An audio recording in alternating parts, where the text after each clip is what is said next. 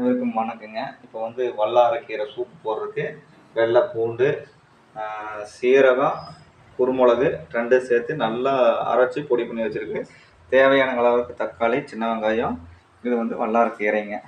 அடுத்து வந்து பார்த்திங்கன்னா நம்ம சமையலுக்கு சூப் வைக்கிறதுக்கு ரெடி பண்ணுறோம்.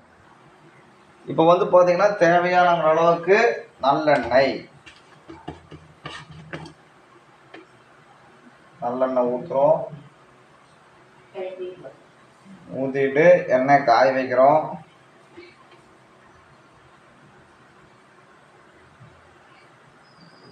எண்ணெய் காஞ்சம் கிடச்சில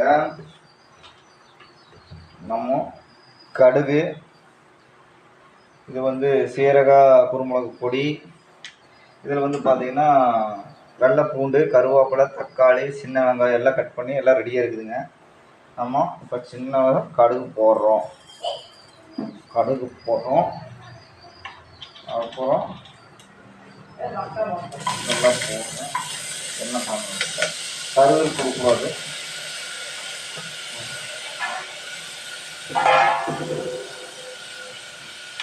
மஞ்சத்தூள் இருக்கணும். மஞ்சத்தூள் தேவையான அளவுக்கு மஞ்சத்தூள், அவ்வளோதான். நம்ம மிளகாத்தூள் போட்டா குருமிளகு வந்து நல்லா நிறைய சேர்த்து அணைக்கிறோம். வணக்கிறோம்.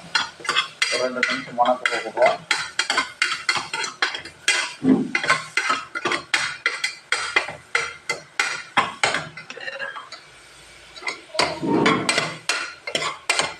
இது நம்ம வணக்கிட்டு இருக்கிறோம். வணக்கின கிடச்சில் 2 நிமிஷம் ஆன கிடச்சில் கீரை நல்லா கழுவி வச்சுருக்கிறோம். கழுவுனதை தூக்கி போடணும்.